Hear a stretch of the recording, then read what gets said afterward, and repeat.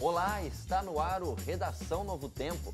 Hoje vamos discutir se o trabalho doméstico infantil pode atrapalhar no rendimento escolar. E se o sistema de cotas influencia na inclusão social? E a gente discute também sobre os riscos do uso de anabolizantes na busca pelo corpo perfeito. Tudo isso e muito mais você acompanha agora no Redação Novo Tempo.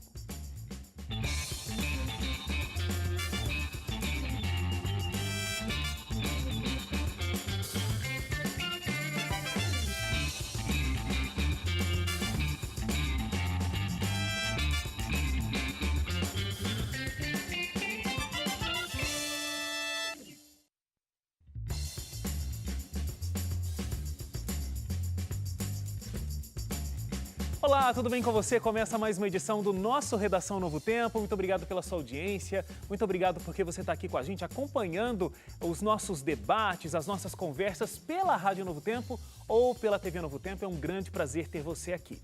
Você sabe que você não só acompanha, você participa com a gente como se você estivesse sentado aqui no nosso sofá. Você já sabe como, né? Através das nossas redes sociais, do nosso site, por exemplo, que é novotempo.com/jornalismo. Facebook, facebook.com/ntjornalismo. Você encontra a gente também no Twitter e no Instagram pelo @ntjornalismo. Estamos esperando a sua participação.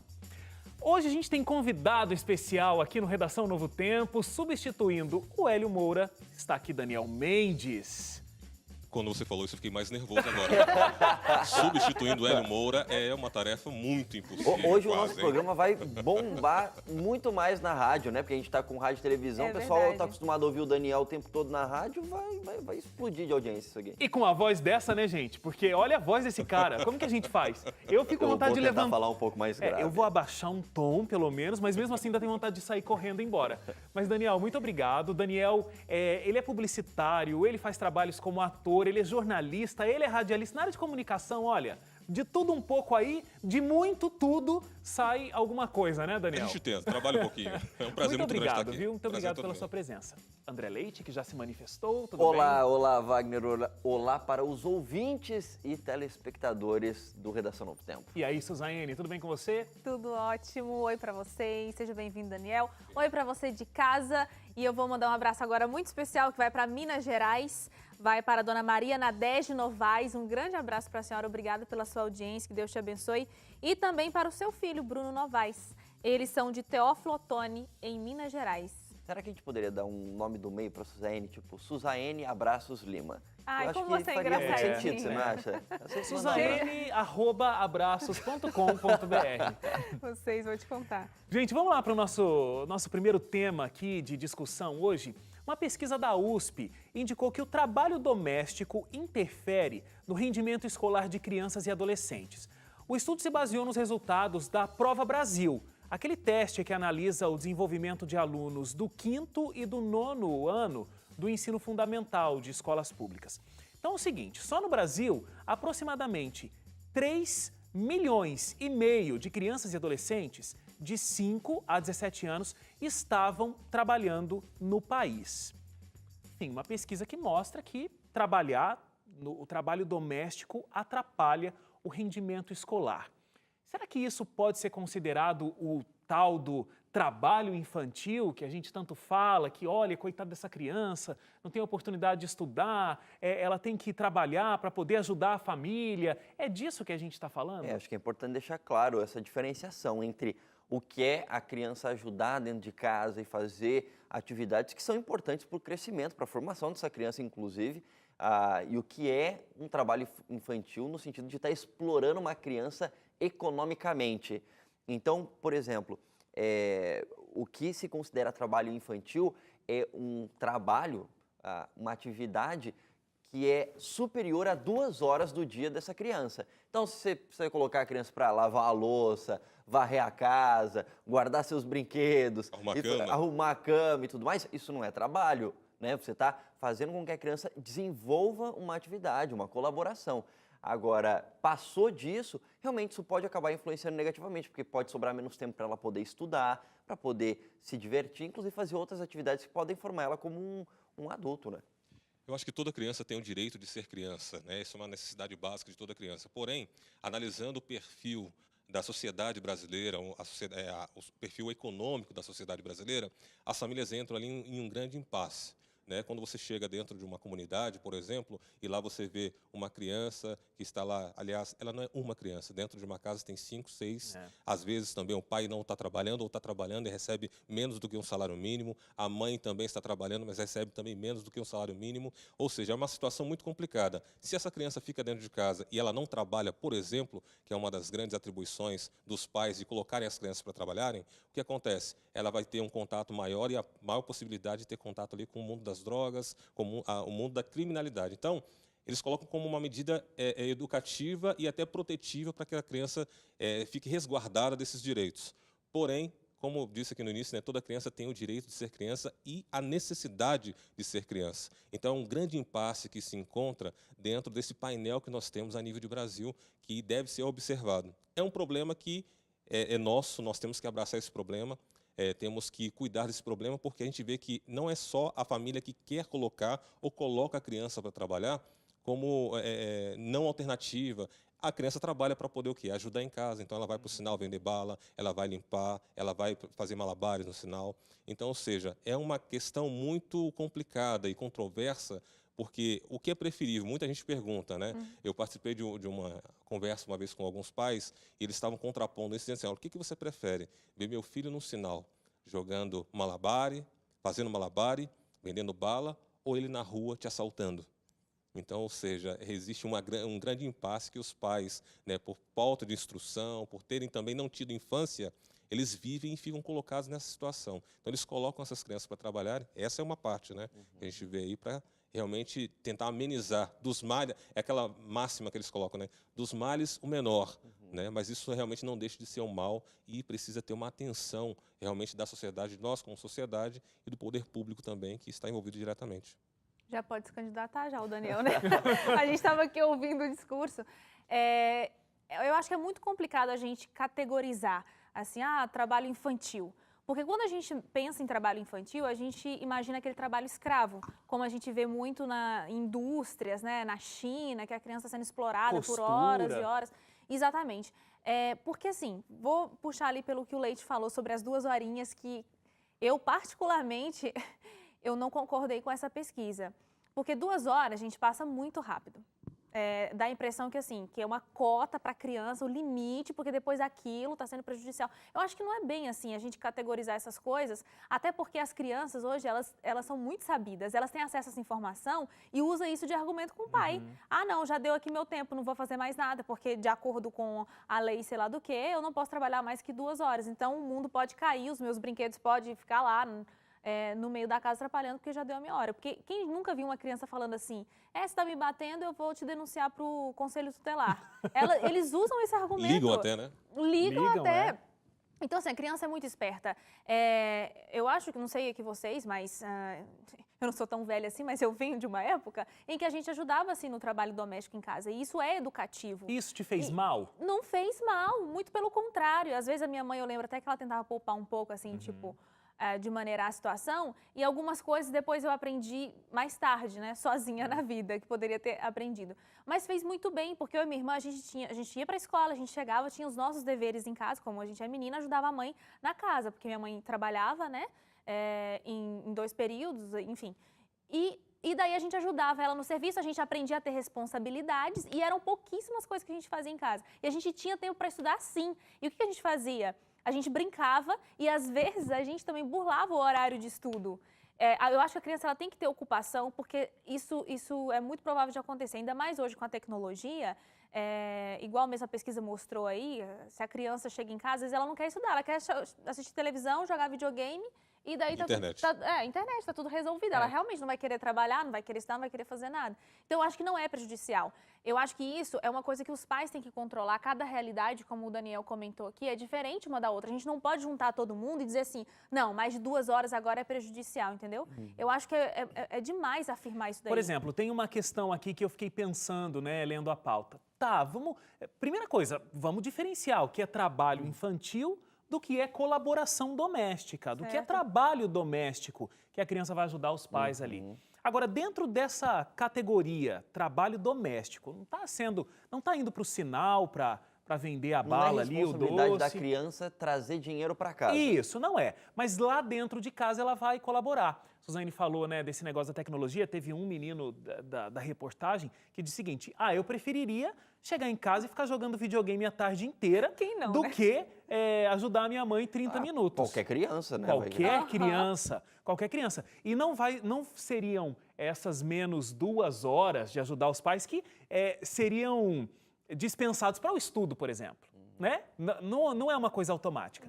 Agora, mesmo se a gente for falar, tá bom, então vamos pensar o seguinte: qual é o limite entre colaboração com os pais, colaboração com a família, com a casa e exploração dos pais dentro da casa dessa criança? É muito limite, é muito difícil também propor esse limite. Porque se a gente pensar nas diferentes classes sociais e nas diferentes realidades, essa criança vai ter mais oportunidade de fazer coisas boas para o futuro dela e até divertidas, e outras crianças vão ter realmente que ajudar. O Daniel falou, né? O pai e a mãe que saem para trabalhar ganham menos que um salário mínimo, ou ganham um salário mínimo, passam o dia todo fora, tem outras crianças em casa, não estamos falando de uma criança, e aí? Esse filho vai ter uma grande responsabilidade. O Leite até comentou uma coisa muito legal aí, acho que definiu bem até, se a gente tiver que categorizar assim, que não é responsabilidade da criança trazer o dinheiro para dentro de casa. E às vezes a gente vê um pouco disso mesmo, né? De pais que de repente não fazem muito esforço para poder trabalhar, como a criança ir para o sinal, por exemplo, né? Não estou dizendo que é o caso de todo mundo. É mais fácil porque comove mais a situação, então ele coloca e expõe a criança àquela situação, enquanto ele poderia estar fazendo a maior parte, né? Mas também, de verdade, eu não enxergo o problema da criança, mesmo ela abaixo da idade que a gente tem aqui no Brasil, que é 14 anos, trabalhar com algum serviço que possa ajudar dentro de casa e não atrapalhe ela no estudo.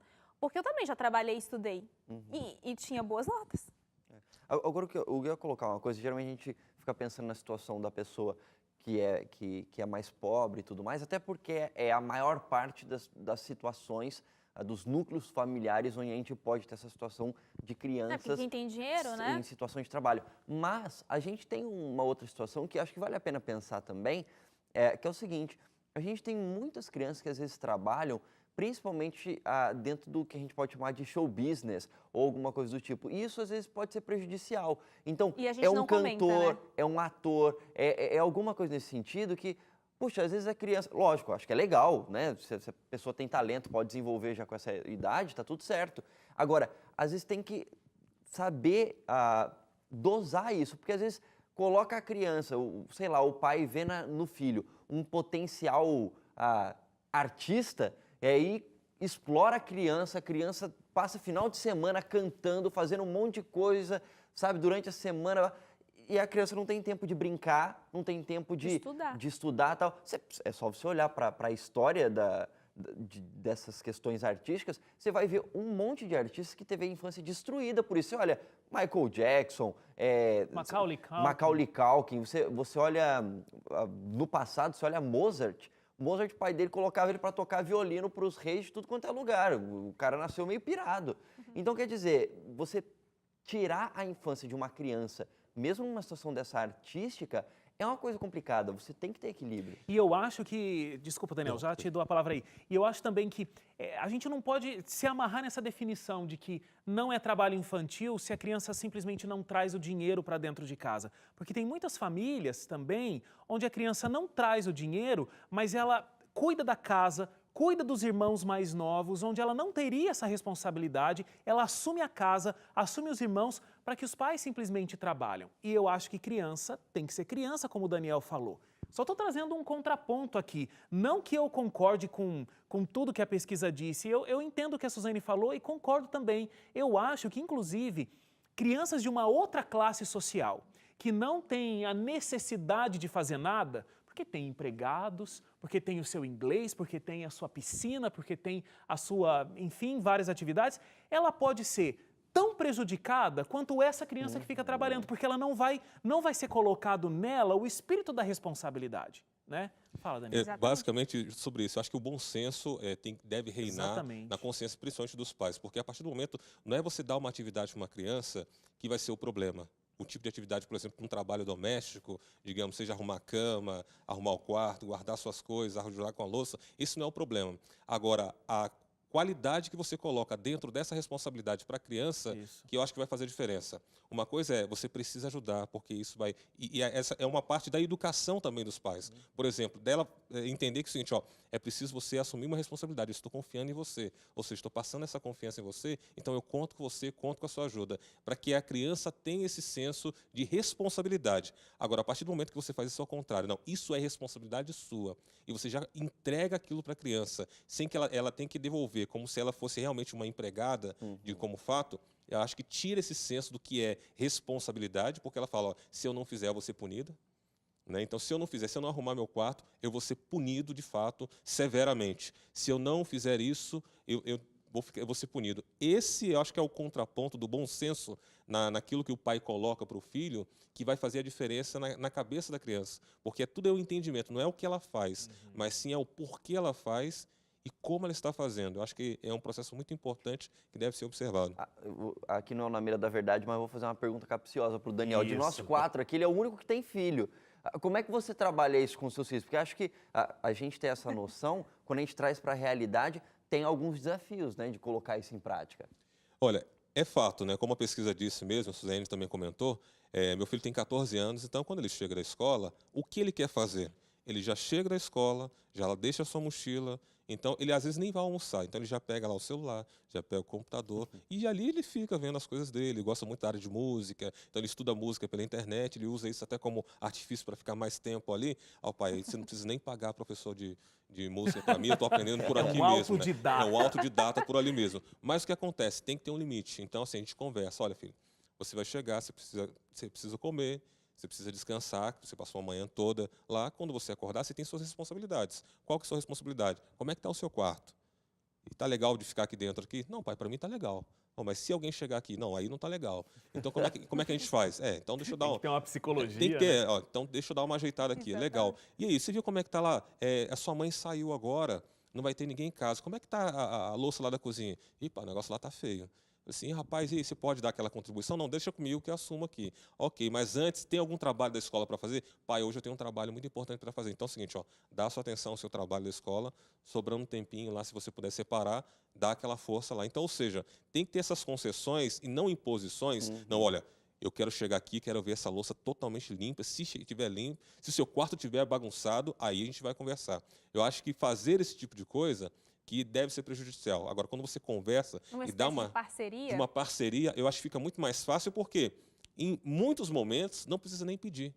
Ele já vê, opa, minha mãe está ocupada com meu irmão mais novo. Minha mãe vai ter que fazer aquilo. Meu pai está fora trabalhando. Ele percebe a necessidade, como pai para isso, né? Você tem que gastar tempo para dialogar, para entender a situação. Então, muitas vezes acontece, tanto do lado dos pais que não estão nem aí para os filhos e não querem dar atividade nenhuma, quanto para aqueles que às vezes querem jogar todas as atividades para o filho, falta isso que você falou. Sim. É o diálogo, é um tempo para você sentar e entender qual é a situação do seu filho, o que está acontecendo na escola, o que ele está pensando para aquele dia, estabelecer uma rotina. Dá trabalho? Dá, mas isso é o processo de você ser pai, de ser mãe, né? Você tem que educar, né? E você não deve, por exemplo, a questão do trabalho da escola, eu pergunto, como é que tá? Não tem trabalho para você fazer? Ah, tem trabalho. Opa, peraí, mas tem trabalho e você está no computador? Você já fez seu trabalho? Ah, não, vou fazer daqui a pouco. Aí daqui a pouco aparece alguma outra coisa para fazer, como é que fica? A cobrança deve ser em cima daquilo, ou seja, da criança. Qual é a função da criança? É estudar. Né? Ela tem nossos momentos de lazer, mas estudo é prioridade na vida de uma criança, de um adolescente, no caso dele. Então, essa parte você deve exigir com mais veemência. Aí sim que tem que entrar essa questão, não, isso aqui eu preciso fazer, eu tenho que fazer. Ixi, eu preciso melhorar. Dele, né? Aí isso aí depende de mim, que é uma coisa que depende dele. Agora, outras questões, aí você coloca como realmente nessa parte de diálogo, parceria, para que ele entenda e crie nele esse senso de responsabilidade. Muito bom. Muito bom. A gente vai fazer um intervalo, a nossa discussão continua, o Daniel continua com a gente aqui no próximo bloco. A gente fala sobre o Sistema Brasileiro de Cotas. Será que ele ajuda na inclusão social? Redação Novo Tempo volta já.